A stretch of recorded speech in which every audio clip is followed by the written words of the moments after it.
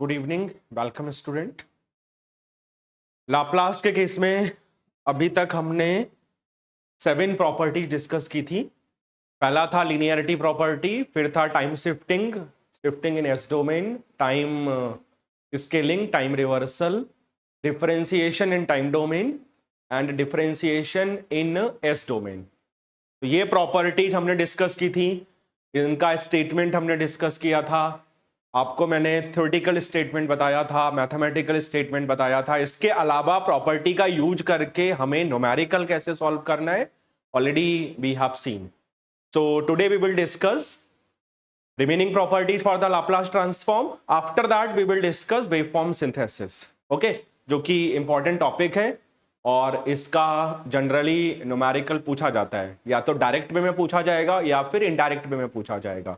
Okay, so property number होगा, पहला था लिनियरिटी, दूसरा था टाइम शिफ्टिंग, तीसरा था shifting in S domain, after that time scaling, then time reversal, उसके बाद था डिफरेंशिएशन इन टाइम डोमेन, फिर था differentiation in S domain. So total we have covered 7 properties for the Laplace transform. Okay, और सबको property का statement आना चाहिए, क्योंकि प्रॉपर्टी का स्टेटमेंट जनरली पूछा जाता है। और एक बार तो उसने सारी प्रॉपर्टीज पूछी थी in list different properties for the Laplace transform, या फिर स्पेसिफिक पूछा जाएगा डिफाइन और explain may be linearity property for the Laplace transform or time shifting property for the Laplace transform or other properties for the Laplace transform. तो make sure आपको statement आना चाहिए। Okay, अगर आपको थ्योरेटिकल स्टेटमेंट नहीं आता है तो मैथमेटिकल स्टेटमेंट आना चाहिए। जो मैथमेटिकल स्टेटमेंट आपने लिखा होगा उसी को आप थ्योरी की फॉर्म में कन्वर्ट कर दो, जैसा मैं जनरली आपको बताता हूं या बोलता हूं।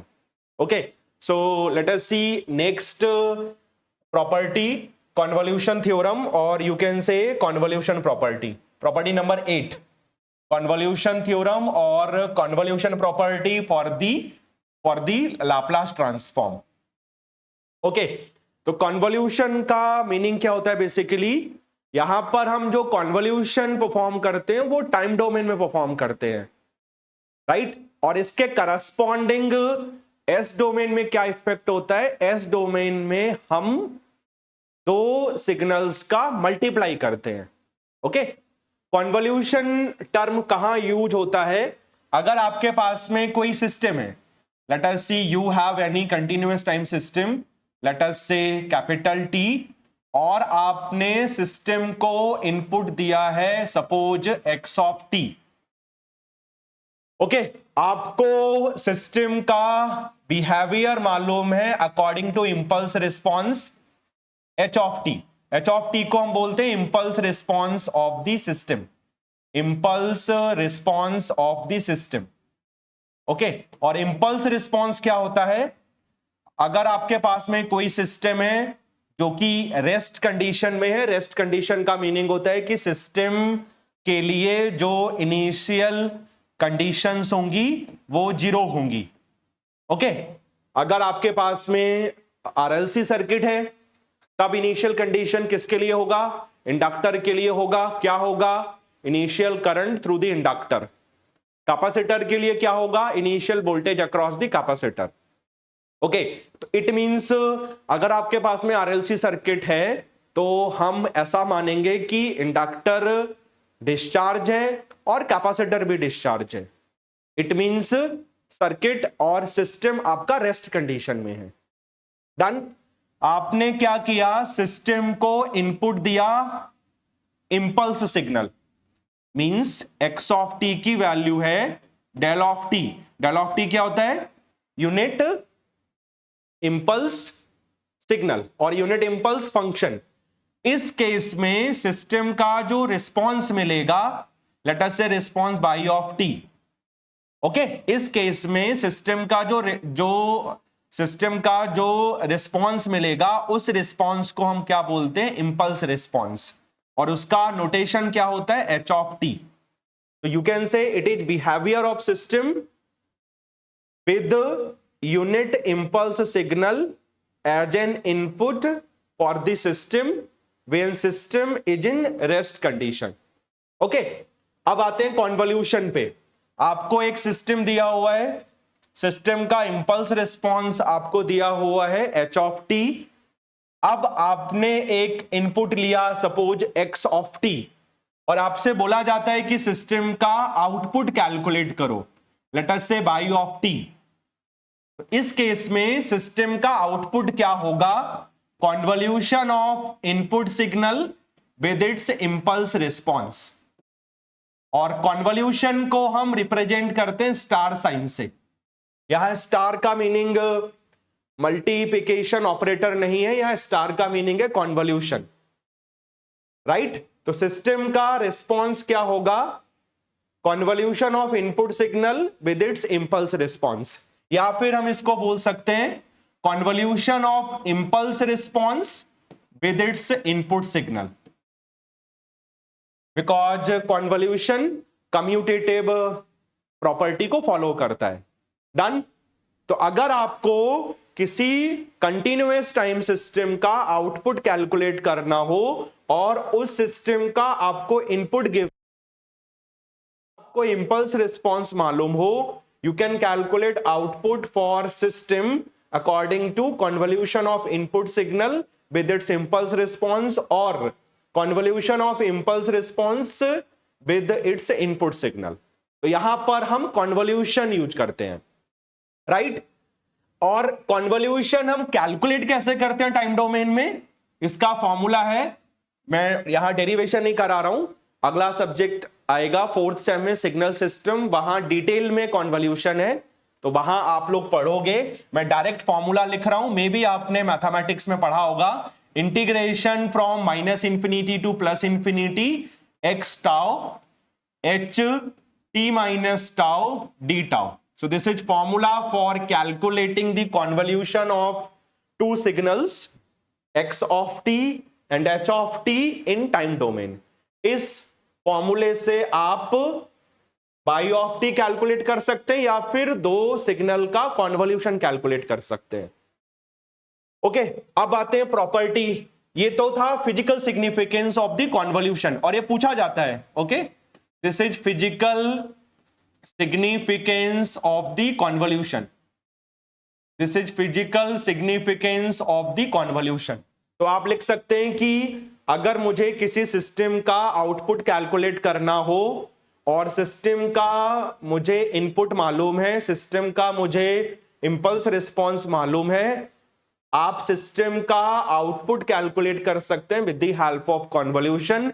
कैसे कैलकुलेट होगा? Convolution of input signal with its impulse response, उसके लिए वी हैव फॉर्मूला।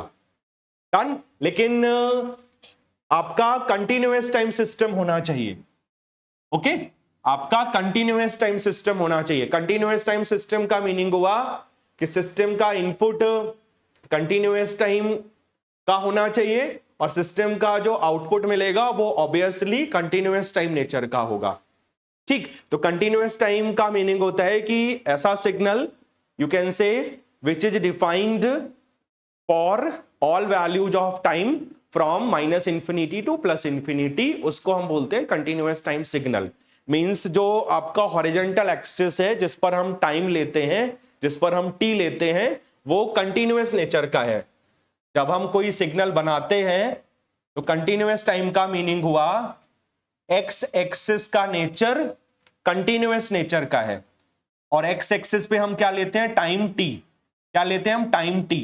तो जो एक्स एक्सिस का नेचर है वो कंटिन्यूअस है। कंटिन्यूअस का मतलब हुआ you can define value of signal from minus infinity two plus infinity. So you can से signal which is defined for all values of time from minus infinity to plus infinity is called the continuous time signal. तो continuous time system का meaning हुआ कि system का input continuous nature का है, system का output भी continuous nature का है। एक टर्म और आता है, इसको जनरली हम बोलते हैं कॉन्वोल्यूशन इंटीग्रल, बिकॉज फॉर्मूले में इंटीग्रेशन है from minus infinity two plus infinity. अगर डिस्क्रीट टाइम सिस्टम होता है तो वहां पर सिस्टम का आउटपुट कैलकुलेट करने के लिए हम कॉन्वोल्यूशन सम का यूज करते हैं। वहां कॉन्वोल्यूशन इंटीग्रल नहीं होता है, वहां कॉन्वोल्यूशन सम होता है, लेकिन कॉन्वोल्यूशन कॉमन टर्म है। अगर आपको किसी सिस्टम का आउटपुट निकालना हो, you can calculate according to convolution. Okay, you can calculate according to convolution of input signal with its impulse response. Okay, so this is physical significance of the convolution. अब property का statement क्या है? आपको at least 2 signals की requirement है, तो आप property का स्टेटमेंट कैसे लिखेंगे? प्रॉपर्टी का स्टेटमेंट आप कैसे लिखेंगे? लेट अस से फर्स्ट सिग्नल f1t, ओके, इसका लाप्लास आपने लिखा capital F1s। Second signal suppose f2t, इसका लाप्लास आपने लिखा सपोज कैपिटल F2s। और जनरली बच्चे क्या गलती करते हैं, जैसे जो टाइम डोमेन सिग्नल का नोटेशन होगा वो लोअर केस में होगा, और जो एस डोमेन सिग्नल का नोटेशन होगा वो अपर केस में होगा। ओके, तो इसको ध्यान रखना है। अगर दोनों नोटेशन सेम हो गए तो इट मींस आपको फंडामेंटल थिंग्स नहीं आती हैं। So make sure time domain signal का नोटेशन करेक्ट होना चाहिए, एस डोमेन सिग्नल का नोटेशन करेक्ट होना चाहिए। Okay, S means you know complex frequency, that's why we also call complex frequency domain. Done. अब आपको लिखना है प्रॉपर्टी का स्टेटमेंट, तो आप क्या लिखोगे? Then according to property. आप क्या लिखोगे? Then according to property. Then according to property क्या स्टेटमेंट होगा? टाइम डोमेन में होगा कॉन्वोल्यूशन, कैसे? f1t convolved with f2t। Okay, so this is sign for the convolution. आप लिख भी सकते हैं this is sign for the convolution. Done. इसका लाप्लास ट्रांसफॉर्म क्या होगा? इसका लाप्लास ट्रांसफॉर्म क्या होगा? फर्स्ट का लाप्लास क्या था? फर्स्ट का Laplace notation wise f1s into second का लाप्लास। सेकंड का लाप्लास क्या था नोटेशन वाइज? Capital F2s। तो this is statement of convolution theorem और convolution property for the Laplace transform. Okay, so here we are using dot for the multiplication. Here we are using dot for the multiplication. Okay, so this is my statement for the convolution property. This is my statement for the convolution property. Okay, this is my statement for the convolution property.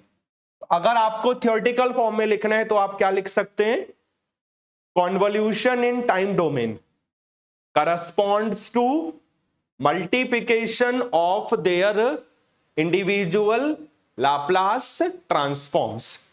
आप क्या लिख सकते हैं? Convolution in time domain of 2 signals corresponds to multiplication of their individual Laplace transforms.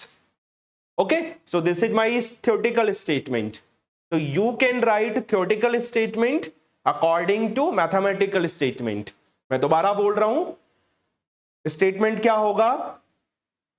Convolution of 2 signals in time domain corresponds to multiplication of their individual Laplace transforms. Okay, so this is a statement for the convolution property for the Laplace transform. Okay, अब इस property को हमें use कैसे करना है? ठीक, इस property को हमें यूज कैसे करना है? फर्स्ट थिंग सपोज आपको कॉन्वोल्यूशन निकालना है, तो आपके पास में पहला मेथड है कि आप कॉन्वोल्यूशन की जो डेफिनेशन थी, जो फॉर्मूला मैंने ऊपर लिखा हुआ है, इसके अकॉर्डिंग आप 2 सिग्नल्स का कॉन्वोल्यूशन निकाल सकते हो। ठीक है, okay, let me introduce new slide. Okay, suppose आपको निकालना है 2 सिग्नल्स का convolution, x1t convoluted with x2t। आप इसको कैलकुलेट कर सकते हैं according to definition in time domain. क्या होगा formula, x1 tau x2 t minus tau d tau. Done. वैसे ये फॉर्मूला आपको यूज नहीं करना है। ओके, लेट अस से क्वेश्चन नंबर 1। अब लाप्लास ट्रांसफॉर्म की प्रॉपर्टी क्या है, x1t कॉन्वल्यूटेड विद x2t, इसका लाप्लास ट्रांसफॉर्म क्या होगा, फर्स्ट का लाप्लास x1s इंटू सेकेंड का लाप्लास x2s। लेट अस से क्वेश्चन नंबर 2। यहां मैंने जानबूझ के f की जगह x लिया हुआ है, क्योंकि पेपर में एग्जाम में नोटेशन जरूरी नहीं है कि x ही आए या f ही आए। ओके, w आ सकती है, बाई आ सकती है, राइट। तो उसमें कंफ्यूज नहीं होना है, आपको अपने आप को प्रिपेयर ऐसा करना है कि नोटेशन f आए या x आए या बाई आए या z आए या w आए, आप इतने कैपेबल हो कि आप टाइम डोमेन सिग्नल लिख सकते हो जो दिया हुआ है और उसका लाप्लास लिख सकते हो जस्ट नोटेशन वाइज। तो यहां पर मैंने टाइम डोमेन सिग्नल लिया हुआ है x से लोअर केस में, ओके, और एस डोमेन सिग्नल लिया हुआ है कैपिटल X अपर केस में। ठीक है, ओके। तो आपने कैलकुलेट किया Laplace of x1t convoluted with x2t, answer आया x1s इंटू x2s। इसको हम मान लेते हैं suppose capital X of s, ठीक है। और जो कॉन्वल्यूशन था दो सिग्नल्स का, इसको हम मान लेते हैं लेट अस से x ऑफ t। ओके, तो आपने प्रॉपर्टी की हेल्प से capital X of s calculate किया, बट कॉन्वल्यूशन तो टाइम डोमेन में था अकॉर्डिंग टू इक्वेशन नंबर 1। तो अगर हमें x ऑफ t निकालना हो, क्योंकि x ऑफ t दो सिग्नल्स का कॉन्वल्यूशन है, तो अगर हमें x ऑफ t निकालना हो कैपिटल X ऑफ s से, तो क्या होगा, inverse Laplace of capital X of s, और यू कैन से inverse Laplace of x1s multiply with capital x2s। Okay, अब समझिए कि इसका मीनिंग क्या है। आपको क्या करना है, अगर दो सिग्नल्स का कॉन्वल्यूशन निकालना है, आप क्या करिए, प्रॉपर्टी से उसका लाप्लास ट्रांसफॉर्म लिखिए, फर्स्ट का लाप्लास इंटू सेकेंड का लाप्लास। अब कॉन्वल्यूशन निकालने के लिए जो आंसर आया है एस डोमेन में, उसका इनवर्स लाप्लास ट्रांसफॉर्म ले लीजिए, उसका इनवर्स लाप्लास ट्रांसफॉर्म ले लीजिए। ठीक, तो जो आंसर आएगा वही दो सिग्नल्स का कॉन्वल्यूशन होगा। इट मींस जो पहला वाला फॉर्मूला है आप इसको अवॉइड कर सकते हो। क्यों अवॉइड कर सकते हो, क्योंकि यहां पर कैलकुलेशन ज्यादा इन्वॉल्व होगी, कॉम्प्लेक्सिटी बढ़ेगी। तो same thing you can calculate in different domain, और you can say in S domain with the help of convolution property और convolution theorem for the Laplace transform. अगर दो सिग्नल्स का कॉन्वल्यूशन निकालना हो तो आपको क्या करना पड़ेगा, लाप्लास ट्रांसफॉर्म प्रॉपर्टी के according what is the Laplace of convolution of two signals, first का लाप्लास इंटू सेकेंड का लाप्लास। ओके, आंसर आएगा एस डोमेन में, कॉन्वल्यूशन था टाइम डोमेन में। तो कॉन्वल्यूशन क्या होगा, inverse Laplace of x1s into x2s।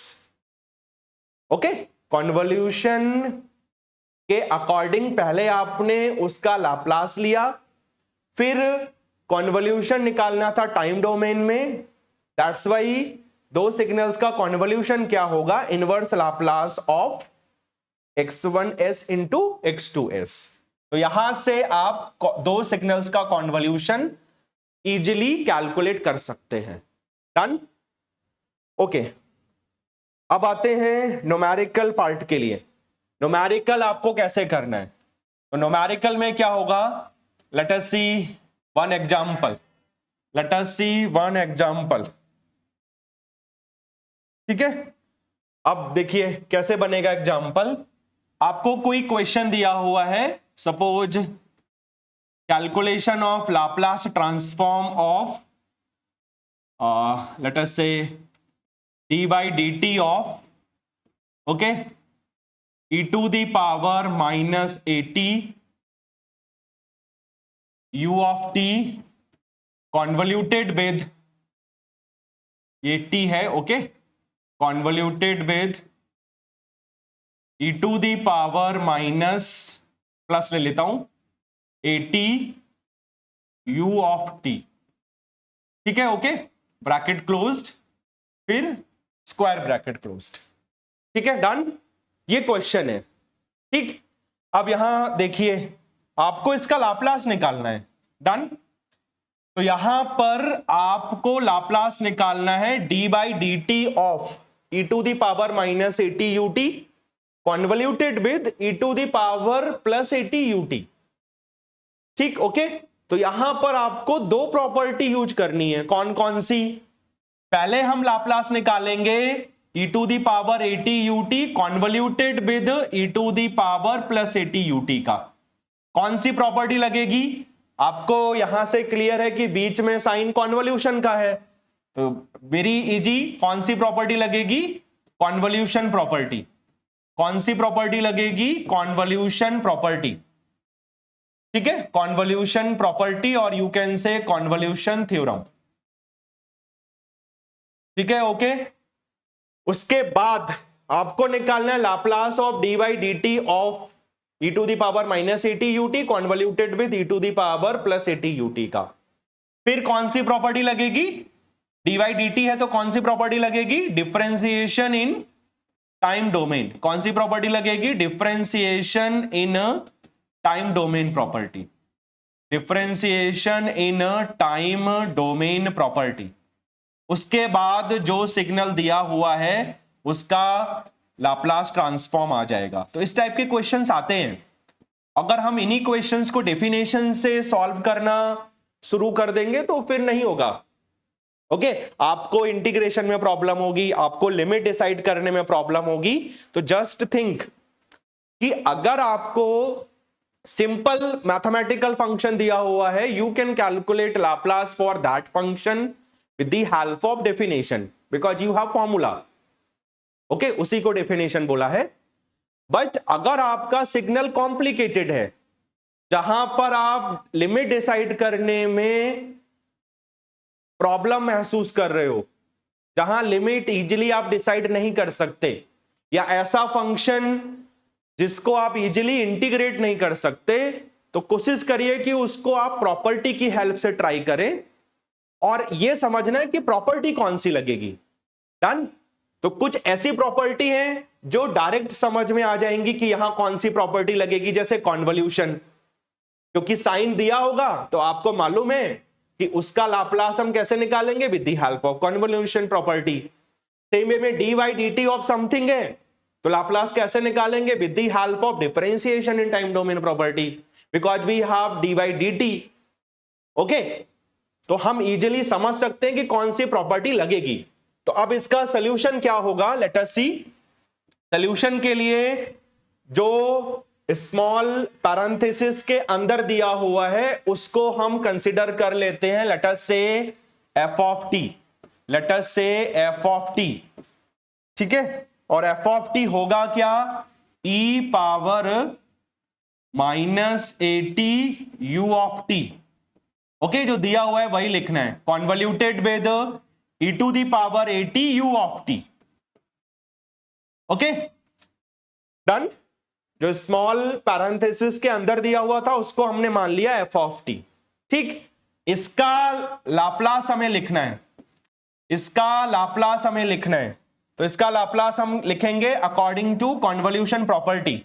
तो आपको लिखना है, इसके ऊपर लिखना है, पहले मैंने यहां बता दिया लेकिन आपको उस प्रॉपर्टी का स्टेटमेंट भी लिखना पड़ेगा। तो आप लिखेंगे अकॉर्डिंग टू कॉन्वल्यूशन प्रॉपर्टी, क्योंकि सारे क्वेश्चंस 7 मार्क्स में आएंगे ओके। मतलब पहले 10 में आते थे, अब 7 मार्क्स में आएंगे। तो आपको जो प्रॉपर्टी लगानी है उसका स्टेटमेंट भी लिखना पड़ेगा ओके। तो according to convolution property, according to convolution property, आप उसका स्टेटमेंट लिखना आप उसका स्टेटमेंट लिखिए। डन, आपको मैंने स्टेटमेंट बताया हुआ है, आपको उसका स्टेटमेंट लिखना पड़ेगा। ठीक है, तो इसका लाप्लास क्या होगा, जैसे यू ऑफ टी, वो थोड़ा यहां प्रॉब्लम थी पेन में, तो इसको आप ठीक से समझ लेना। ओके, इसका लाप्लास होगा फर्स्ट का लाप्लास इंटू सेकेंड का लाप्लास, फर्स्ट का लाप्लास इंटू सेकेंड का लाप्लास। फर्स्ट का लाप्लास क्या होगा, e की पावर माइनस एटी यूटी का लाप्लास क्या होगा मालूम है आपको, ये हमने ऑलरेडी किया हुआ है, 1/s प्लस ए। ठीक है, इंटू सेकेंड का लाप्लास क्या होगा 1/s माइनस ए। ठीक, ओके, लेकिन पेपर में क्या करना पड़ेगा आपको, e to the power minus a t u t का लाप्लास ट्रांसफॉर्म कैलकुलेट करके दिखाना पड़ेगा, उसको डायरेक्ट नहीं लिखना है।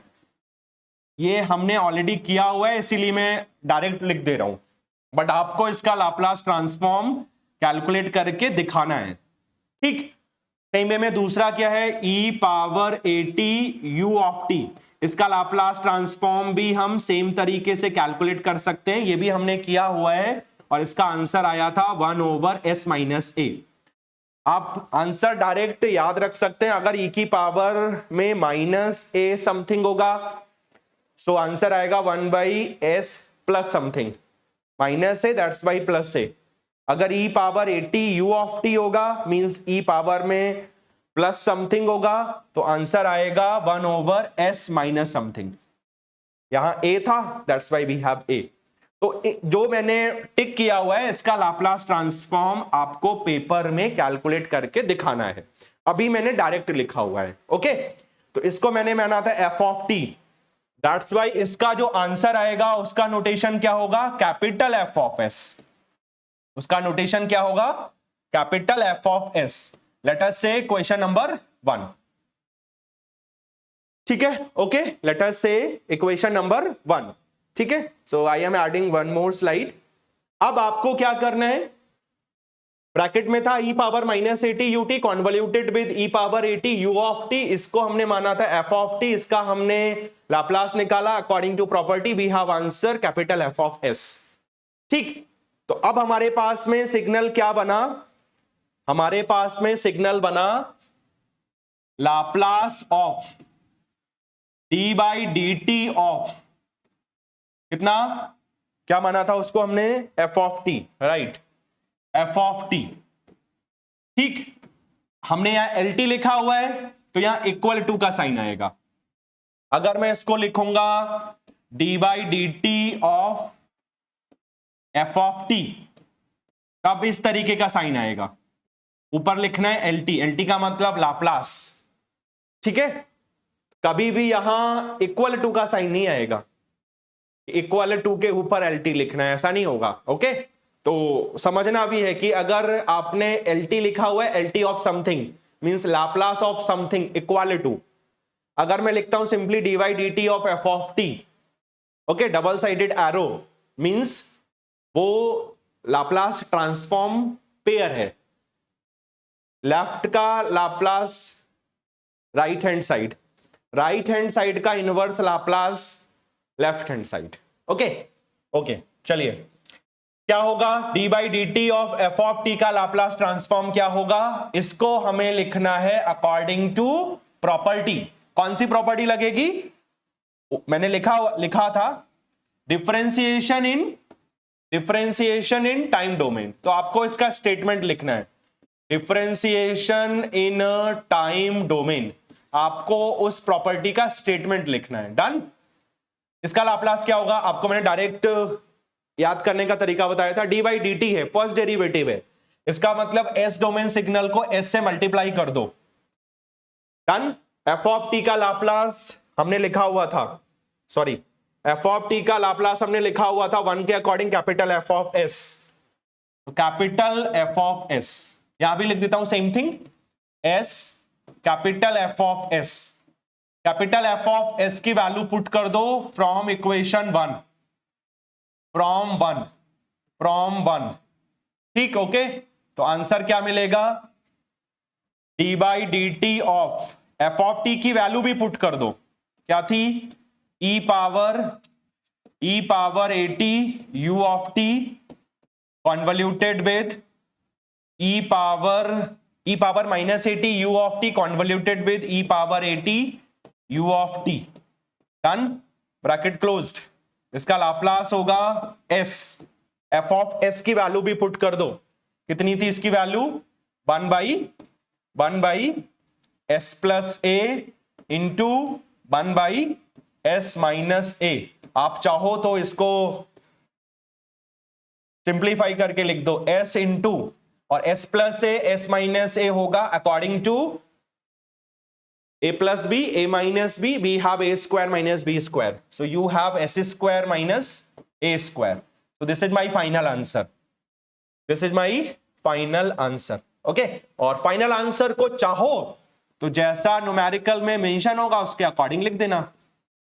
LT का मतलब लाप्लास, तो Laplace of dy dt of e power minus A T u of t you know unit step sorry, convoluted with e power a of at u of t you know unit step signal, okay.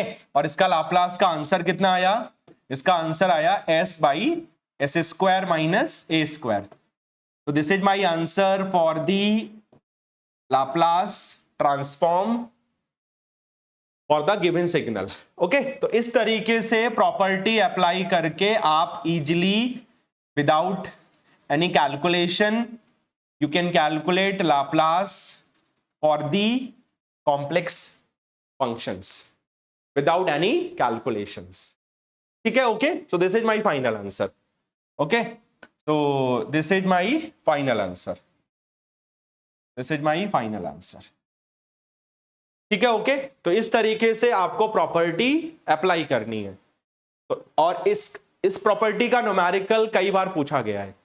Property most important, physical significance पूछा जाता है, इसका statement पूछा जाता है और इसका numerical भी पूछा गया है, okay. Now last property number 9, integration property number 9, integration property. इसके अलावा 2 थ्योरम्स हैं, वो अलग से बताऊंगा मैं आपको, final value theorem, initial value theorem, उसको मैं अलग से बताऊंगा। Last property for the Laplace transform, integration property. अब इंटीग्रेशन प्रॉपर्टी का स्टेटमेंट कैसे लिखना है, वेरी सिंपल, इसको मैं लिखना सिखाऊंगा according to differentiation in time domain, okay. कैसे, पहले लिख लेते हैं इंटीग्रेशन का, पहले लिखते हैं मेन स्टेटमेंट। मेन स्टेट का मतलब let us consider time domain signal F of T, okay. इसका लाप्लास ट्रांसफॉर्म क्या होगा, notation wise capital F of S, यहां ऊपर लिखिए एल टी का मतलब लाप्लास ट्रांसफॉर्म, ठीक है, ओके।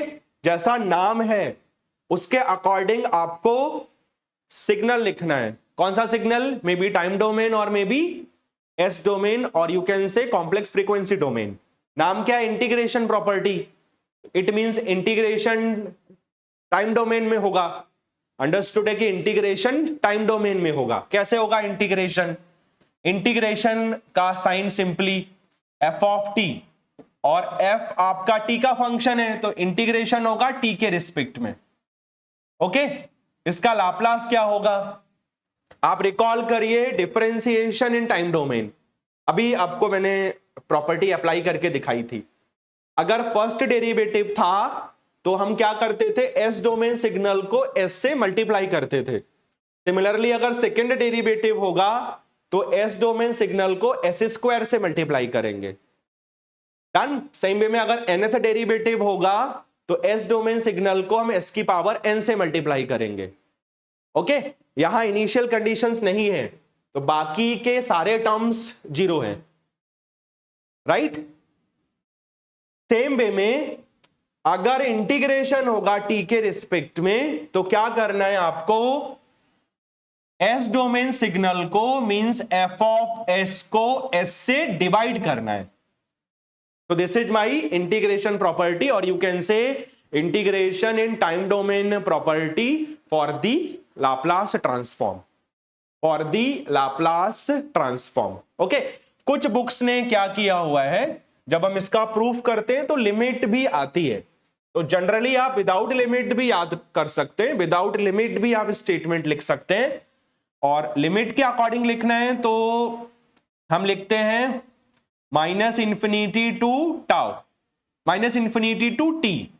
ठीक, अब एफ भी टी का फंक्शन है, अपर लिमिट भी टी है, तो हम क्या करते हैं, टाइम डोमेन इंडेक्स को कंसीडर कर लेते हैं, लेट अस से टाउ। ठीक है, ओके, तो integration from minus infinity to t f tau d tau, right, ये हुआ टाइम डोमेन सिग्नल। इसका लाप्लास क्या होगा, same capital F of s by s, capital F of s by S. Okay, या फिर टाइम डोमेन सिग्नल को हम लिख सकते हैं इंटीग्रेशन फ्रॉम 0 टू टी। अब अपर लिमिट टी है, एफ भी टी का फंक्शन था, तो जो टाइम डोमेन इंडेक्स टी था उसको चेंज कर लेते हैं, let us say from tau, so we have signal f tau.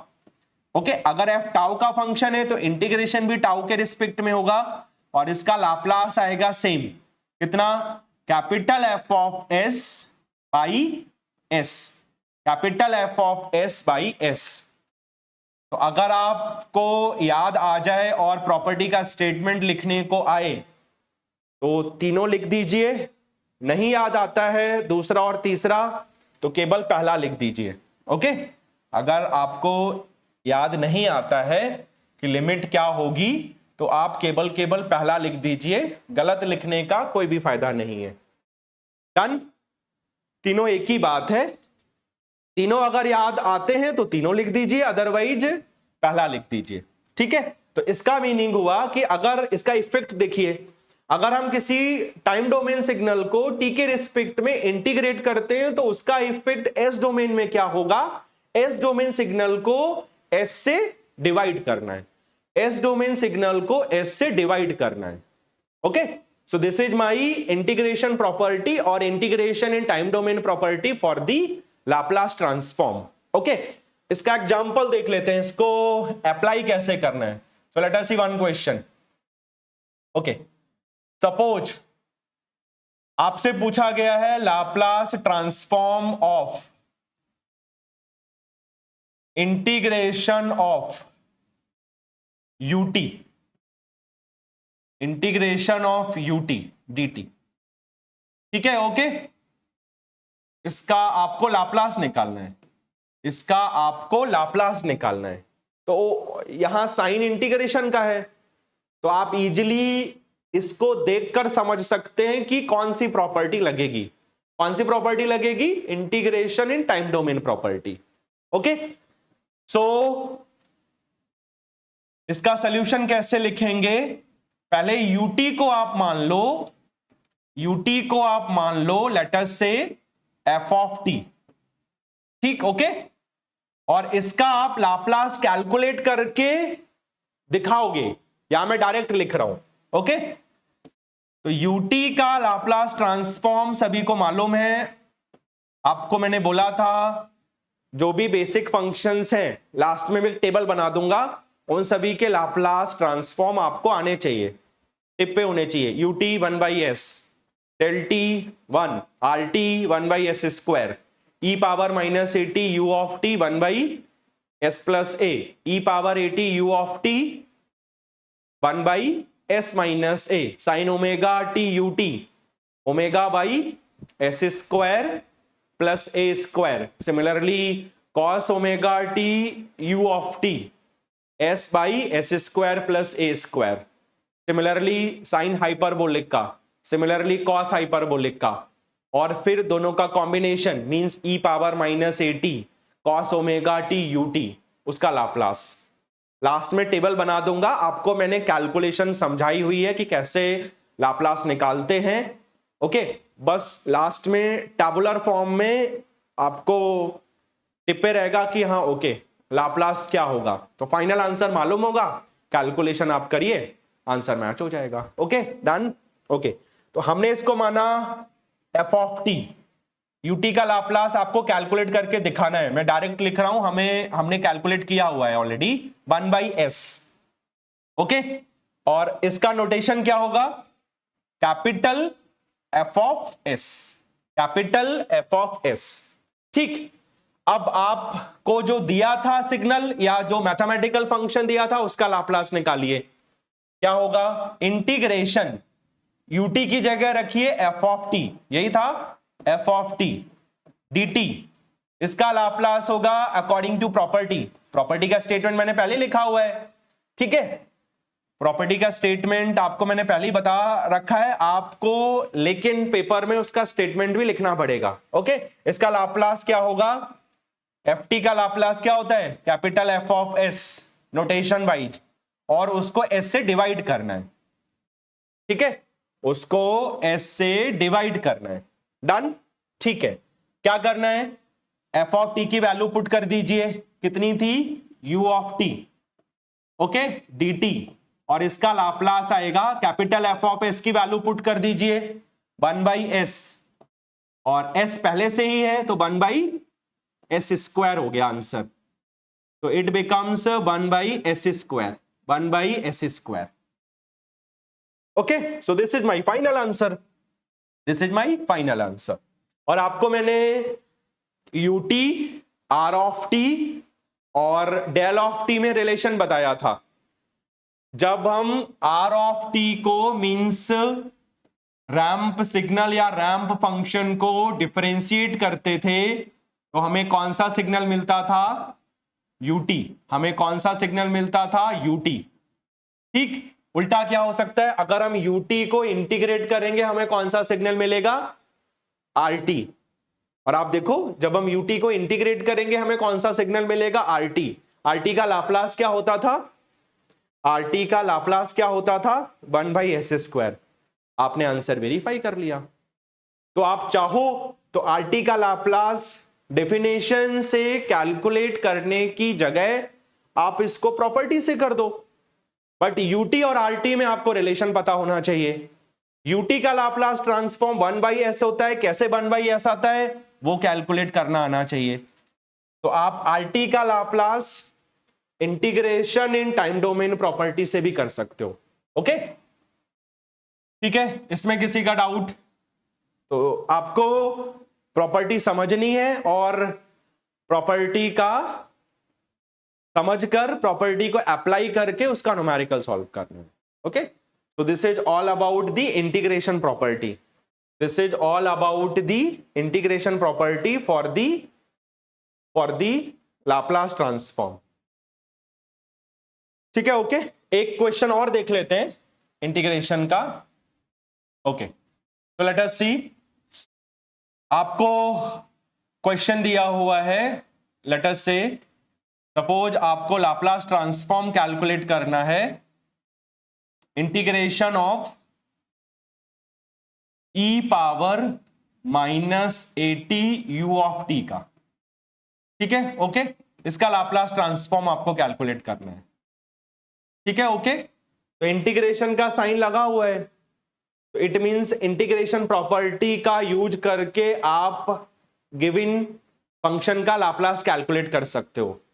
ठीक है, ओके, ऐसा नहीं करना कि पहले आप इसको इंटीग्रेट करो फिर जो आंसर आएगा उसका लाप्लास निकालो डेफिनेशन से, ऐसा कर सकते हैं, लेकिन जब प्रॉपर्टी डायरेक्टली अप्लाई हो रही है तो कोशिश करिए कि प्रॉपर्टी के अकॉर्डिंग आप उसको डायरेक्ट सॉल्व करें। डन, इसमें भी सेम वे में आप इसको लिख लो F of T, let us consider F of T equal to e⁻⁻80 u of T. ठीक है, ओके, इसका लाप्लास ट्रांसफॉर्म आपको कैलकुलेट करके दिखाना है। इसका लाप्लास ट्रांसफॉर्म क्या होता है हमें मालूम है, 1/s+a, और इसका नोटेशन क्या होगा, capital F of S. Done, अब जो पूछा गया है उसको लिख लीजिए, integration of e⁻⁻80 u of t को रिप्लेस कर दो f ऑफ टी से। इसका लाप्लास ट्रांसफॉर्म क्या होगा, कौन सी प्रॉपर्टी लगेगी, इंटीग्रेशन और इंटीग्रेशन इन टाइम डोमेन।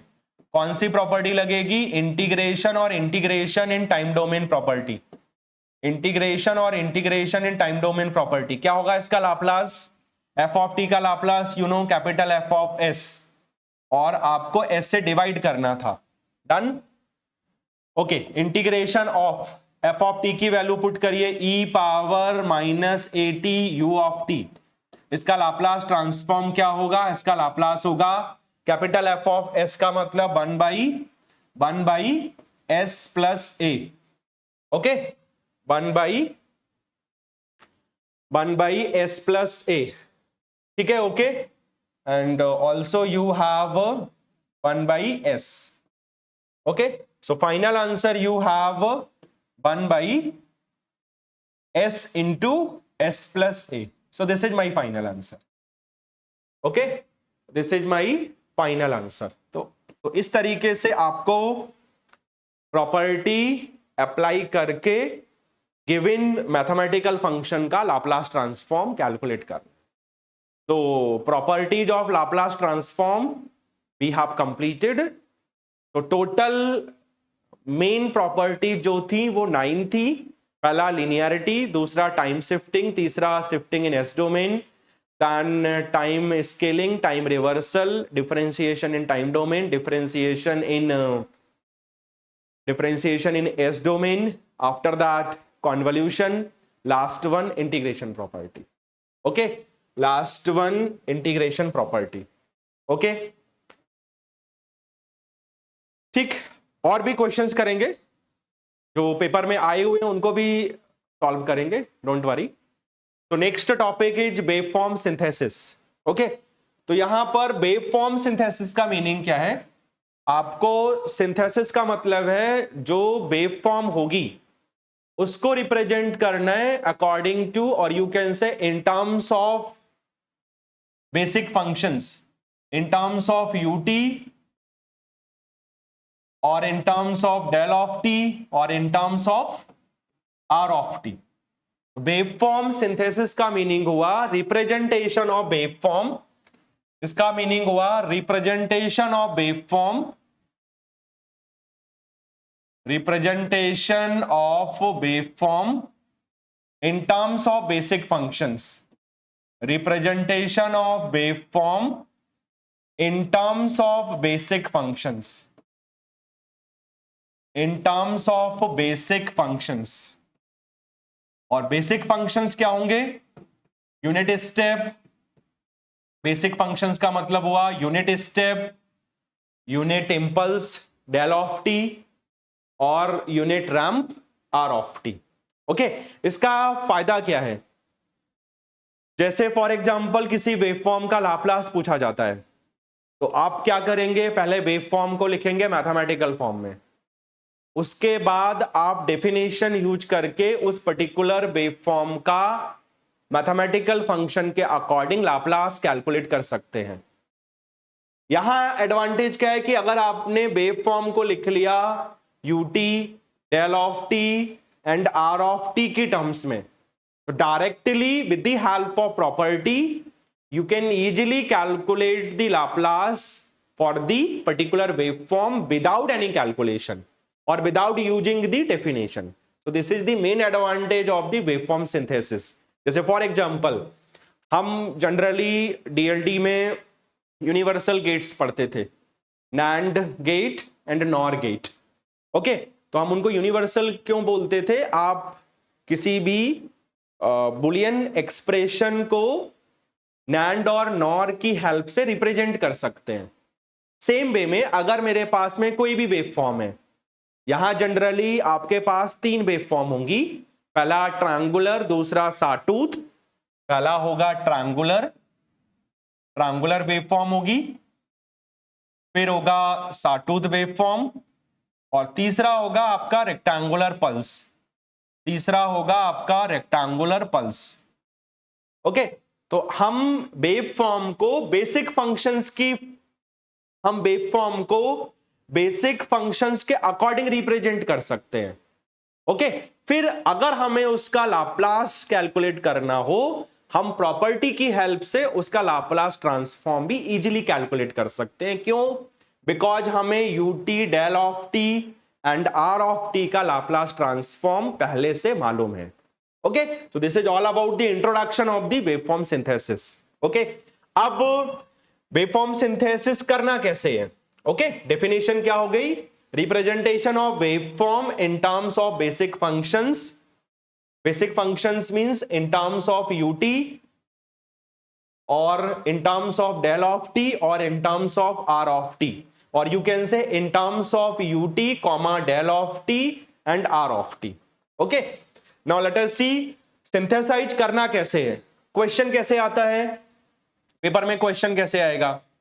अभी जो लास्ट ईयर पेपर हुआ था उसमें उसने एक वेवफॉर्म दी थी, यही लास्ट वाली दी थी, ये लास्ट वाली वेवफॉर्म आई थी और लिखा था उसने define the given waveform in terms of unit step function or represent the waveform in terms of unit step function.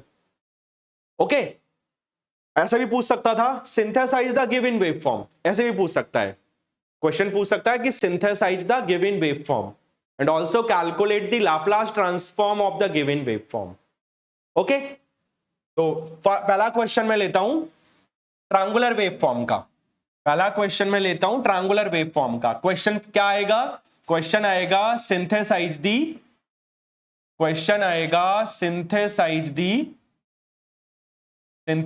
The given waveform, synthesize the given waveform and calculate the Laplace, and calculate the Laplace, and calculate the Laplace transform.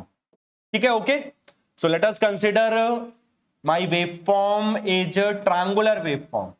Late us consider my waveform is triangular waveform. Okay, let us say 0 1 2, let us say 1.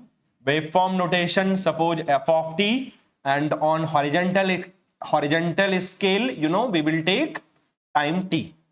ये waveform आपको दी हुई है और question पूछा है उसने synthesise the given waveform means हमें इस वेवफॉर्म को ut, del of t and r of t की फॉर्म में रिप्रेजेंट करना है. डन. ओके, तो वेवफॉर्म को स्प्लिट करिए टाइम इंटरवल के अकॉर्डिंग. पहला इंटरवल है 0 से 1, दूसरा इंटरवल है 1 से 2. 0 से 1 कौन सा सिग्नल है? स्लोप है. 0 से 1 आपका क्या है? स्लोप है. और स्लोप कौन सा है? Positive going slope. 1 से 2 क्या है? ये भी स्लोप है. कौन सा स्लोप है? Negative going slope. ठीक, तो इसको हम लिखेंगे पॉजिटिव गोइंग स्लोप और ये है आपका 1 से 2 again slope but negative going slope. Okay, और आपको मैंने तीनों में रिलेशन बताया था. क्या रिलेशन था? अगर हम RT को डिफरेंशिएट करते हैं t के रिस्पेक्ट में, ये रिलेशन याद रखना है. ओके, तो हमें ut मिलेगा. अगर हम ut को डिफरेंशिएट करते हैं t के रिस्पेक्ट में तो हमें मिलेगा डेल ऑफ t. या फिर अगर हम डेल ऑफ t को इंटीग्रेट करते हैं t के रिस्पेक्ट में हमें मिलेगा ut. अगर हम ut को इंटीग्रेट करते हैं t के रिस्पेक्ट में हमें मिलेगा r of t. Okay, done. Okay, तो 0 to 1 आपको कौन सी वेवफॉर्म दी हुई है? स्लोप और यू कैन से रैंप. 1 से 2 कौन सी वेवफॉर्म है? अगेन स्लोप, यू कैन से ramp. But 0 to 1 you have positive going ramp signal, 1 to 2 you can say you have negative going ramp signal. Okay, तो 0 to 1 जो सिग्नल दिया हुआ है उसका स्लोप निकालना है.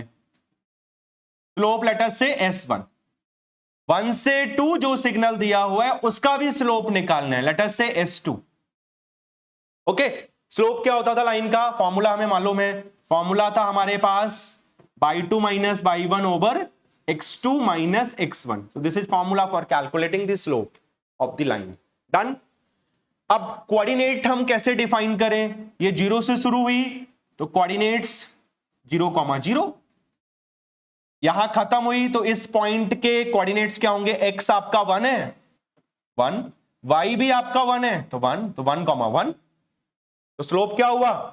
0,0 का मतलब हुआ x1 y1.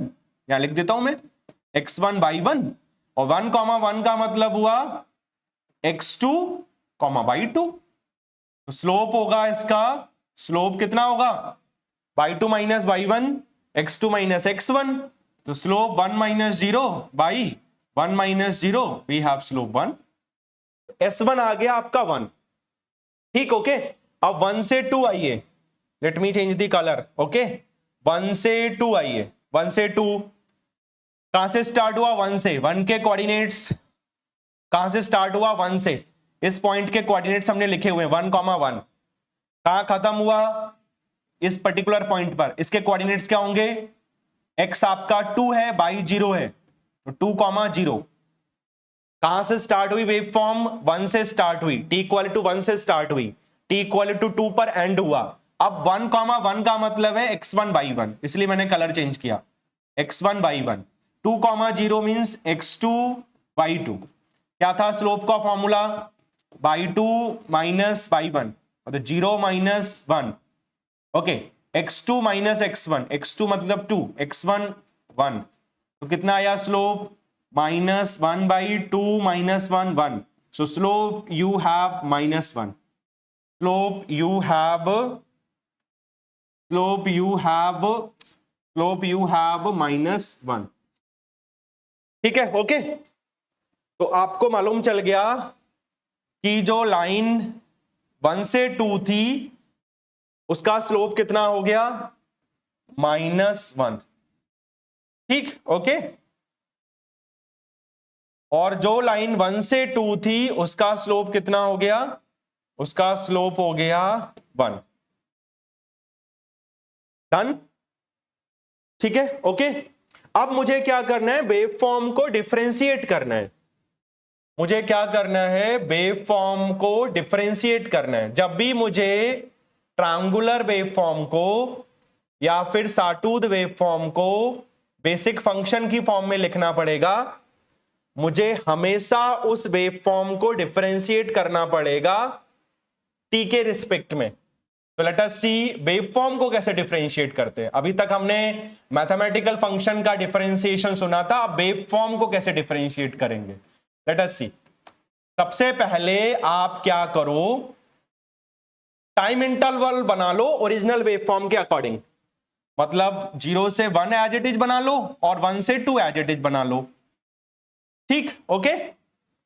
अब 0 से 1 कौन सा सिग्नल था? Positive going ramp signal. Slope था 1। जब हम आरटी को डिफरेंशिएट करते हैं हमें मिलता है यूटी। जितना आरटी का स्लोप होगा यूटी का उतना मैग्नीट्यूड होगा। तो 0 से 1 आरटी का स्लोप था 1, इसीलिए यूटी का मैग्नीट्यूड कितना होगा? 1। 1 का मतलब कांस्टेंट लाइन, 1 का मतलब कांस्टेंट लाइन। तो 0 से 1 आपने कांस्टेंट लाइन बना दी जिसकी वैल्यू है 1। ठीक, 1 से 2 देखिए, 1 से 2 है आपका negative going ramp signal, slope है -1। जब हम आरटी को डिफरेंशिएट करते हैं हमें यूटी मिलता है। आरटी का जितना स्लोप होगा यूटी का उतना मैग्नीट्यूड होगा। दैट्स वाई 1 से 2 आरटी का स्लोप था -1। जब हम इसको डिफरेंशिएट करेंगे तो यूटी का मैग्नीट्यूड होगा -1। माइनस का मतलब constant line on negative y axis, constant line on negative y axis, constant line on negative y axis. तो 1 से 2 -1 मींस कांस्टेंट लाइन और नेगेटिव वाई एक्सिस। ओके, 2 के बाद सिग्नल 0 है, इसका मतलब कुछ नहीं, 0 का डिफरेंशिएशन 0 ही होगा ना। कांस्टेंट का डिफरेंशिएशन किसी भी वेरिएबल के रिस्पेक्ट में 0 होगा। लेफ्ट हैंड साइड में वेव फॉर्म नहीं है, दैट्स वाई 0। ठीक, हाँ, एक चीज और है, जो भी ओरिजिनल वेव फॉर्म होगी उसमें डिसकंटिन्यूटी भी मार्क करनी है। ओके, और जब हम वेव फॉर्म को डिफरेंशिएट करेंगे ओरिजिनल वेव फॉर्म में जहां जहां डिसकंटिन्यूटी होगी आफ्टर डिफरेंशिएशन वहां हमें इंपल्स मिलेगा। ओके, ओरिजिनल वेव फॉर्म में आपको स्लोप के साथ डिसकंटिन्यूटी भी मार्क करनी है। जब हम वेव फॉर्म को डिफरेंशिएट करेंगे तो डिफरेंशिएशन के बाद हमें इंपल्स मिलेगा, और इंपल्स कहां मिलेगा? जहां ओरिजिनल वेवफॉर्म में डिसकंटिन्यूटी थी, हमेशा याद रखना है। ओके, अब यहां डिसकंटिन्यूटी कैसे पता करें उसको समझना है। ओके, हम यहां पर डिसकंटिन्यूटी कैसे मार्क करें उसको समझना है, ठीक है। तो उसको समझाने के लिए let me go for next slide, ठीक है। हाँ, पहले आप ये समझ लो कि डिसकंटिन्यूटी कैसे होगी। ओके, डिसकंटिन्यूटी कैसे होगी, ठीक। वेव फॉर्म मैं सेम बना रहा हूं जो वहां प्रीवियस स्लाइड में बनाई थी। ओके, जो प्रीवियस स्लाइड में बनाई थी सेम बना रहा हूं। ओके, कितना था? ये 0 था, ये 1 था, ये 2 था, और ये आपका 1 था, ये एफ ऑफ टी था, ठीक है। इसका स्लोप था S1, स्लोप था 1, इसका स्लोप था S2, S2 था -1, ठीक। ओके, अब डिसकंटिन्यूटी कैसे पता करें कि कहां कहां डिसकंटिन्यूटी है? आपको दिख रहा होगा कि 1 पर भी डिसकंटिन्यूटी है। ओके, बट डिसकंटिन्यूटी इस वेवफॉर्म में कहीं पर भी नहीं है। आपको दिख रहा होगा कि 2 पर भी डिसकंटिन्यूटी है। डिसकंटिन्यूटी का मीनिंग हुआ, जैसे फॉर एग्जांपल वैल्यू 2 है, ठीक, और वैल्यू टी की पर्टिकुलर वैल्यू के लिए अप हो गई, या टी की पर्टिकुलर वैल्यू के लिए डाउन हो गई, तो उस पर्टिकुलर वैल्यू पे डिसकंटिन्यूटी होगी। मतलब वैल्यू पहले 2 थी, और टाइम की एक पर्टिकुलर वैल्यू के लिए वैल्यू 2 से 3 हो गई, तो t इक्वल टू उस पर्टिकुलर टाइम पर डिसकंटिन्यूटी होगी। या फिर 2 से 0 हो गई या 1 हो गई, फिर भी उस पर्टिकुलर टाइम पर डिसकंटिन्यूटी होगी। लेकिन यहां पर क्या है?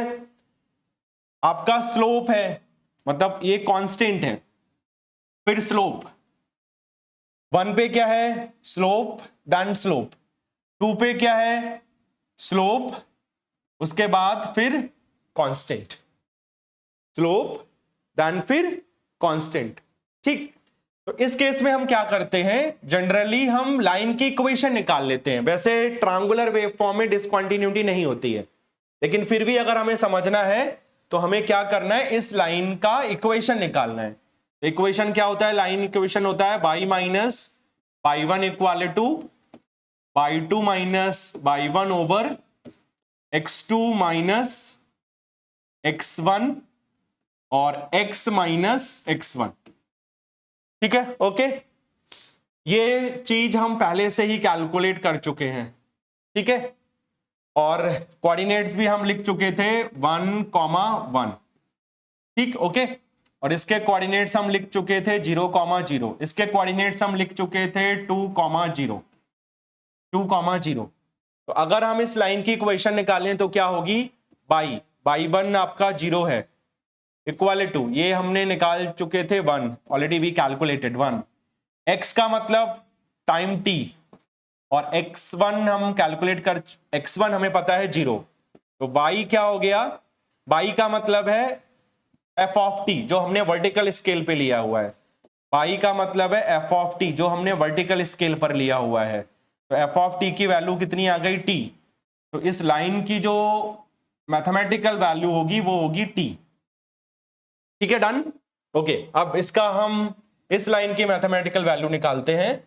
तो बाई का मतलब है f ऑफ t, यहां y1 होगा 1, और स्लोप हम निकाल चुके हैं, कितना था? -1। x का मतलब हुआ t, ठीक, और x1, ये x1 था, ये y1 था, तो x1 भी आपका है 1, तो कितना आएगा? ये f ऑफ t आएगा कितना? -t, और कितना? +1, और फिर +1, ठीक है। ओके, -1 से मल्टीप्लाई किया तो -t +1, और ये -1 गया राइट हैंड साइड में, तो +1, तो इक्वेशन आ गई -t +2, -t +2, f of t आ गया -t +2, तो इसकी वैल्यू हो गई -t +2, ठीक। ओके, चलो अब जल्दी से डिसकंटिन्यूटी समझ लेते हैं। ये 0 से पहले वैल्यू 0 थी, जस्ट जीरो पे देखिए, आगे वाली लाइन का मैथमेटिकल वैल्यू टी थी, तो टी इक्वल टू जीरो पर टी के अकॉर्डिंग कितना हुआ, जीरो। इससे पहले भी जीरो है, इसका मतलब जीरो पे डिसकंटिन्यूटी नहीं है। पहले वाला और उसके नेक्स्ट वाला, उसके अकॉर्डिंग वैल्यू देखनी है कि चेंज हो रही है नहीं हो रही है। पहले भी वैल्यू जीरो थी, नेक्स्ट वैल्यू टी थी, लेकिन टी इक्वल टू जीरो पर देखना था, तो t equal to zero put किया, सो वी हैव जीरो, मतलब zero to zero no change, so no discontinuity at t equal to zero. 1 पर देखिए, पहला टी है, इसके बाद माइनस टी प्लस टू है, माइनस टी प्लस टू है, कितनी होगी, यहां 1 पुट करेंगे तो 1 आएगा, यहां 1 पुट करेंगे तो माइनस 1 प्लस टू भी 1 आएगा। इसका मतलब टी इक्वल टू 1 पर टी के अकॉर्डिंग वैल्यू 1 है, माइनस टी प्लस टू के अकॉर्डिंग भी वैल्यू 1 है, 1 to 1 नो चेंज, तो 1 पर भी डिसकंटिन्यूटी नहीं होगी। 2 पर देखिए, 2 पर प्रीवियस के अकॉर्डिंग वैल्यू है minus t plus two, t equal to 2 put करिए, माइनस 2 प्लस टू जीरो, और नेक्स्ट के अकॉर्डिंग वैल्यू जीरो ही है, मतलब zero to zero no change, that's why t equal to 2 पर भी डिसकंटिन्यूटी नहीं है। तो यू कैन से जीरो पर डिसकंटिन्यूटी नहीं है, जीरो पर डिसकंटिन्यूटी नहीं है। सेम वे में 1 पर भी डिसकंटिन्यूटी नहीं है, सेम वे में टी इक्वल टू 2 पर भी डिसकंटिन्यूटी नहीं है।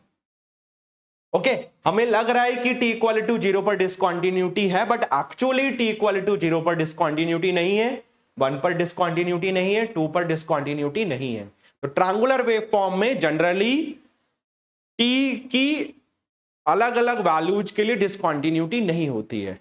वी आर सेइंग हमें फील हो रहा है, बट एक्चुअल में डिसकंटिन्यूटी नहीं है। ओके, तो ये हुआ डिसकंटिन्यूटी चेक करने का तरीका। डन। तो इस वेवफॉर्म में कहीं पर भी डिसकंटिन्यूटी नहीं है, इसका मतलब जब हम इसको डिफरेंशिएट करेंगे टी के रिस्पेक्ट में, तो कहीं पर भी इंपल्स नहीं आएगा। ओके, इंपल्स आता है केवल साटूथ में, या ऐसा वेवफॉर्म जहां डिसकंटिन्यूटी होती है, जब हम उसको डिफरेंशिएट करते हैं वहां इंपल्स आता है। डन। तो यहां पर कहीं पर भी इंपल्स नहीं आएगा। अब आपको क्या करना है, जो अलग अलग सेक्शंस हैं, मतलब जो सब सेक्शंस है, रेड कलर, देन अलग कलर से, देन अलग कलर से, देन अलग कलर से, 1 2 3 4, इन सभी को ज्वाइन करना है। तो 0 से 1 हो गया ज्वाइन, फिर ये हुआ 1 से -1 ज्वाइन हो गया, फिर -1 से 0 ज्वाइन हो गया, उसके बाद आगे 0 ही है। ठीक, अगर मुझसे कोई पूछता है इसमें डिसकंटिन्यूटी बताओ, तो क्लियरली यू कैन से, आई कैन से 0 पर डिसकंटिन्यूटी है, क्यों, बिकॉज वैल्यू 0 से 1 हो गई। 1 पर डिसकंटिन्यूटी है बिकॉज वैल्यू 1 से -1 हो गई। 2 पर डिसकंटिन्यूटी है, यस, क्यों, बिकॉज वैल्यू -1 से 0 हो गई। तो अगर रेक्टेंगुलर पल्स है या स्क्वायर पल्स है या स्क्वायर वेव फॉर्म है, रेक्टेंगुलर वेव फॉर्म है, तो वहां पर टाइम की स्पेसिफिक वैल्यूज के लिए आप डिसकंटिन्यूटी इजीली विजुलाइज कर सकते हो, इजीली डिफाइन कर सकते हो, राइट। तो ये मेरा वेव फॉर्म बना आफ्टर डिफरेंशिएशन। अब इस वेव फॉर्म को मुझे मैथमेटिकल फॉर्म में लिखना है, ठीक है। मैं इसको दूसरी स्लाइड में शो कर रहा हूं, ठीक है। चलो यहीं पर मैं शो कर देता हूं इसको, है ना, राइट। ओके, लेट अस सी। तो जो वेव फॉर्म आई है, इसको अब लिखना है मैथमेटिकल फॉर्म में।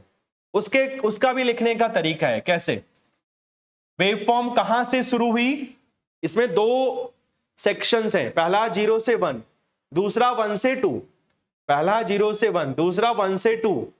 तो 0 से 1 एक पल्स है, 1 से 2 एक पल्स है।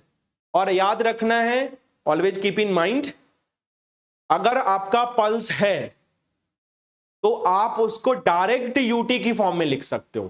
कैसे, प्रूफ मैं बाद में बता दूंगा, पहले डायरेक्ट कैसे लिखना है। पल्स आपका स्टार्ट हुआ 0 से, तो इसको हम लिखेंगे यूटी, मतलब टी इक्वल टू 0 से शुरू हुआ इसलिए यूटी। पल्स को हम डायरेक्ट यूटी की फॉर्म में लिख सकते हैं, टी इक्वल टू 0 था इसीलिए यूटी। पल्स कहां एंड हुआ?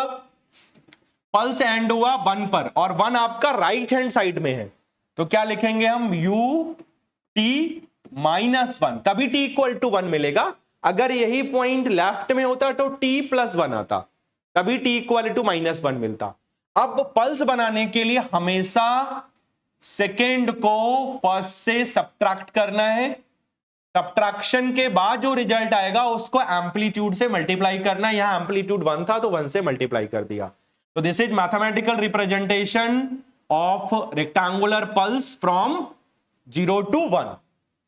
ठीक, ओके। अब लिखते हैं 1 से 2। देखिए कैसे लिखेंगे।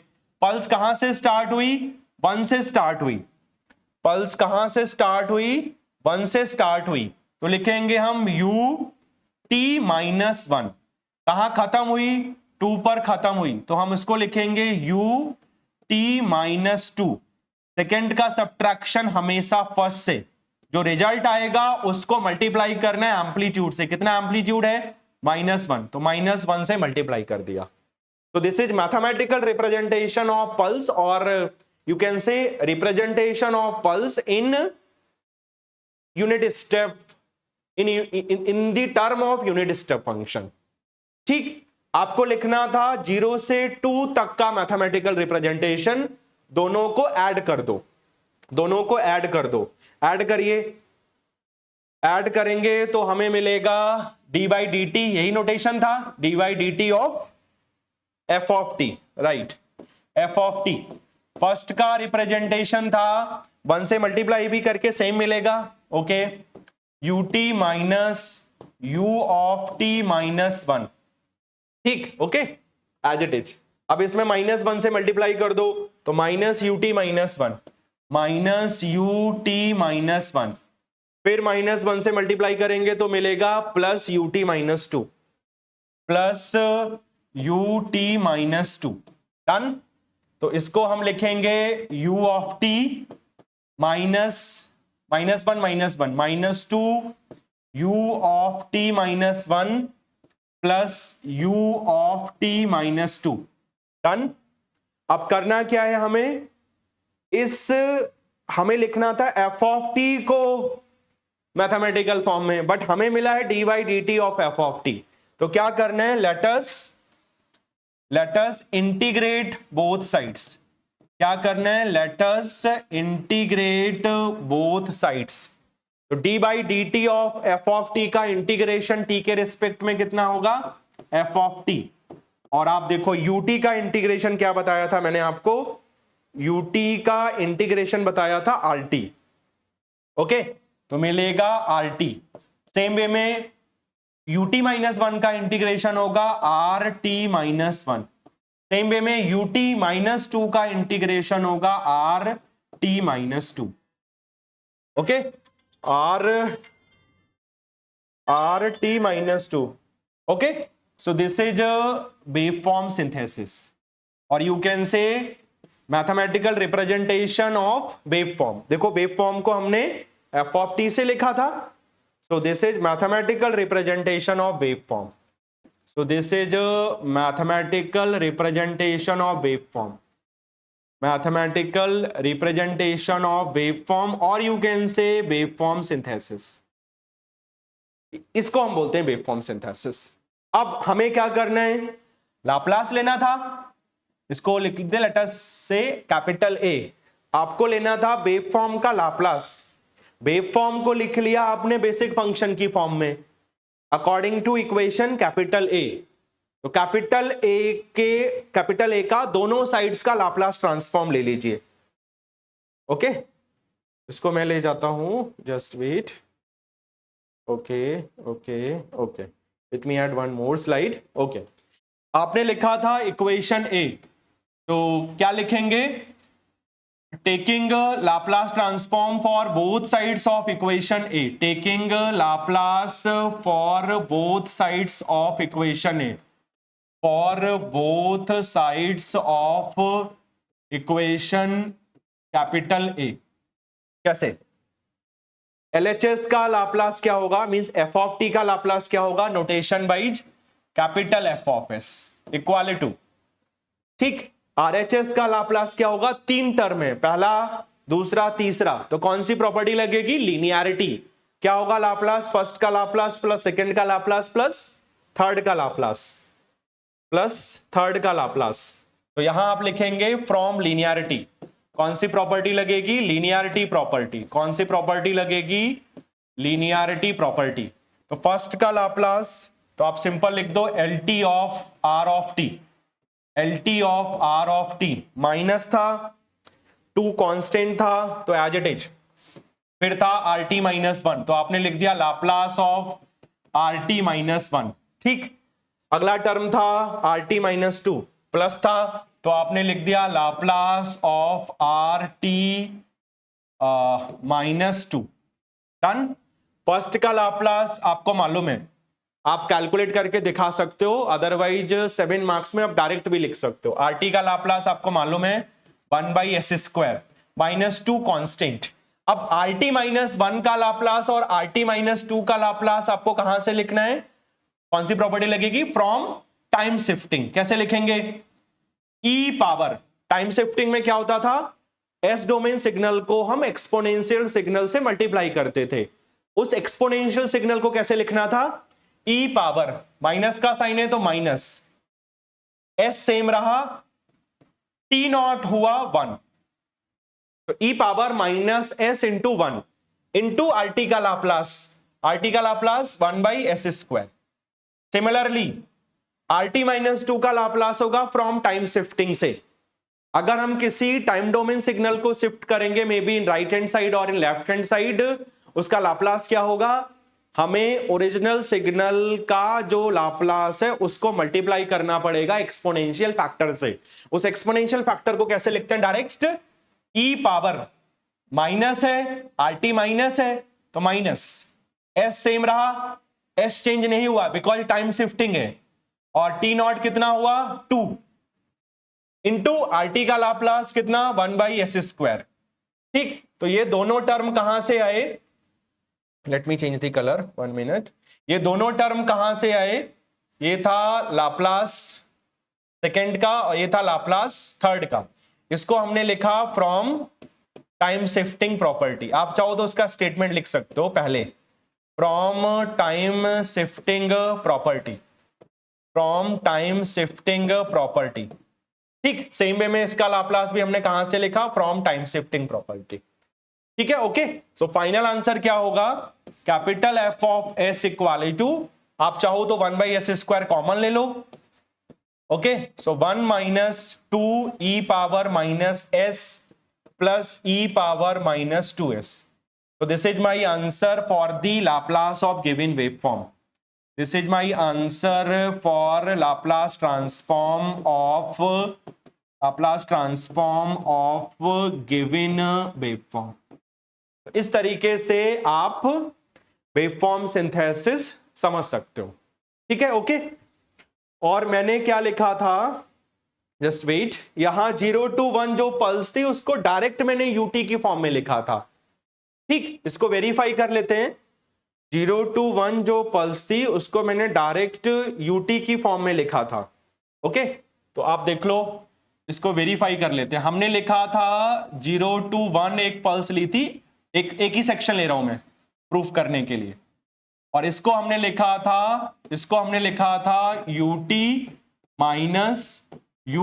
माइनस 1, ओके, ठीक है, okay. Let me change the colour, इसमें प्रॉब्लम आ रही होगी देखने में आपको, ठीक है, डन, ओके। अब इसको प्रूफ कैसे करना है, तो मुझे ग्राफ बनाना पड़ेगा अलग अलग। किस किस का ग्राफ बनाना है, ये टी है, right, this is my T, okay. पहले मुझे ग्राफ बनाना है यूटी का, तो यूटी का ग्राफ मुझे आता है, this is graph of u t, 1 minute, let me change the colour, just wait.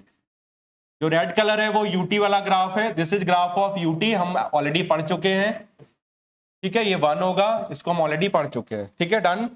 अब मुझे ग्राफ बनाना है यूटी माइनस 1 का, तो यूटी माइनस 1 का मीनिंग क्या है, यूटी को शिफ्ट करना है by 1 unit in right hand side, okay. क्यों, यहां से अगर हम t माइनस 1 को 0 के इक्वल रखेंगे तो t की वैल्यू आएगी 1। जो t आया है उसको हॉरिजॉन्टल स्केल में ऐड कर दो, तो 0 प्लस 1 1, इसका मतलब 0 वाला ऑटोमेटिकली कहां शिफ्ट हो जाएगा, 1 पे शिफ्ट हो जाएगा। तो वेव फॉर्म आपकी बनेगी 1 से इंफिनिटी, ये 0 से इंफिनिटी थी और 0 था माइनस इंफिनिटी टू 0। अब माइनस इंफिनिटी टू 1 0 होगा और 1 टू इंफिनिटी 1 होगा। ठीक, क्यों?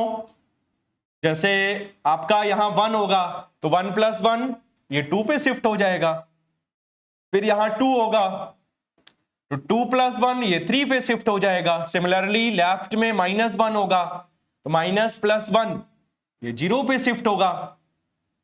ठीक, ओके। सिमिलरली यहां -2 होगा तो -2 प्लस 1 वो 1 पे शिफ्ट हो जाएगा। तो ओवरऑल वेवफॉर्म शिफ्ट होगी by 1 unit in right hand side.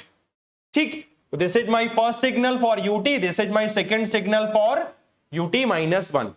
अब मुझे सेकंड का सब्ट्रैक्शन फर्स्ट से करना है। यहां सब्ट्रैक्शन का मीनिंग होता है एम्पलीट्यूड वैल्यूज का सब्ट्रैक्शन। सब्ट्रैक्शन का मतलब है एम्पलीट्यूड वैल्यूज का सब्ट्रैक्शन। ठीक है, टी का सब्ट्रैक्शन नहीं होगा, एम्पलीट्यूड वैल्यूज का सब्ट्रैक्शन होगा। किसके अकॉर्डिंग सब्ट्रैक्शन होगा? According to time interval. किसके अकॉर्डिंग सब्ट्रैक्शन होगा? According to time interval, according to time interval. ठीक है, ओके। लेट अस सी कैसे होगा सब्ट्रैक्शन। दोनों को देख के, दोनों वेवफॉर्म को देख के टाइम इंटरवल आप लिख लो। आपको बनाना है ut minus u of t minus 1। दोनों वेवफॉर्म को देख के टाइम इंटरवल लिख लो। यहां माइनस इंफिनिटी टू 0 है 1 में, यहां पर भी माइनस इंफिनिटी टू 0 है, तो कॉमन ले लेते हैं माइनस इंफिनिटी टू 0। 1 आपका 0 से इंफिनिटी 1 ही है, लेकिन 2 वाला 0 से 1, 2 वाला 0 से 1 0 है और 1 से इंफिनिटी 1 है। इसीलिए राइट हैंड साइड में दो इंटरवल होंगे, पहला 0 से 1 और दूसरा होगा आपका 1 से इंफिनिटी। ठीक, ओके। ठीक, अब लेते हैं 1 का ग्राफ, माइनस इंफिनिटी से 0 0, माइनस इंफिनिटी टू 0 दूसरे का ग्राफ, दूसरे की वैल्यू कितनी है? 0, और 0 माइनस 0 वी हैव 0। ठीक, 0 से 1 पहला वाला ग्राफ वैल्यू 1, 0 से 1 दूसरा वाला ग्राफ वैल्यू 0, 1 माइनस 0 कितना? 1 का मतलब कांस्टेंट लाइन। ठीक, 1 से इंफिनिटी वैल्यू 1, 1 से इंफिनिटी दूसरे ग्राफ में वैल्यू 1, 1 माइनस 1 0, 1 माइनस 1 0।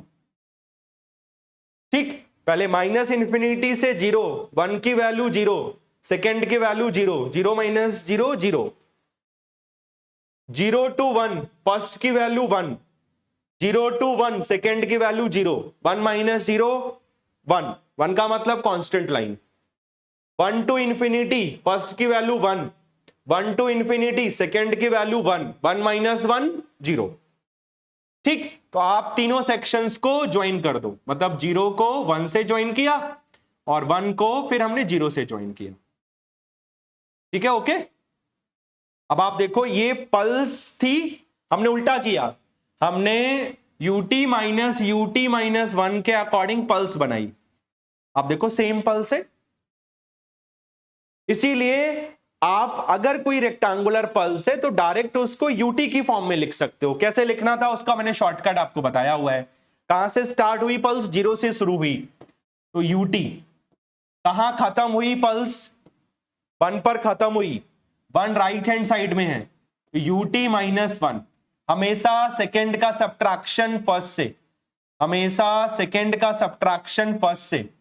जो रिजल्ट आएगा उसको मल्टीप्लाई करना है एम्पलीट्यूड से, 1 से मल्टीप्लाई करना है तो आपको सेम मिल जाएगा। लेकिन ये सब कुछ पेपर में दिखाना नहीं है, समझाने के लिए है। अगर कोई पल्स दी हो, कहीं से कहीं तक दी हो, आप उसको डायरेक्ट यूनिट स्टेप फंक्शन के अकॉर्डिंग लिख सकते हैं या फिर हम उसको स्टेप फंक्शन के अकॉर्डिंग लिख सकते हैं। ओके, तो this is introduction of waveform synthesis. और ट्रायंगुलर वेवफॉर्म को हमने सिंथेसाइज किया, या ट्रायंगुलर वेवफॉर्म को हमने बेसिक फंक्शन की फॉर्म में लिखा अकॉर्डिंग टू इक्वेशन ए, और फिर इक्वेशन ए की हेल्प से हमने वेवफॉर्म का लाप्लास ट्रांसफॉर्म कैलकुलेट किया। आगे की क्लास में हम देखेंगे साटूथ वेवफॉर्म का सिंथेसाइजेशन, और सिंपली रेक्टेंगुलर पल्स को हम यूटी की फॉर्म में कैसे लिखते हैं अभी मैंने बता दिया, फिर भी एक एग्जांपल और ले लूंगा, हम रेक्टेंगुलर पल्स को यूटी की फॉर्म में कैसे लिखते हैं। तो यहां पर तीन ही वेवफॉर्म आती हैं, पहला ट्रायंगुलर पल्स, दूसरा साटूथ पल्स, तीसरा रेक्टेंगुलर पल्स। क्वेश्चन इसी तरीके से पूछा जाता है, सिंथेसाइज द गिवन वेवफॉर्म और represent the waveform in terms of basic functions or in terms of ut, del of t and r of t, and also calculate the Laplace of the given waveform. So according to synthesization, first we will write the waveform in terms of basic functions. After that you can calculate its Laplace transform with the help of property. So thank you. Okay, thank you.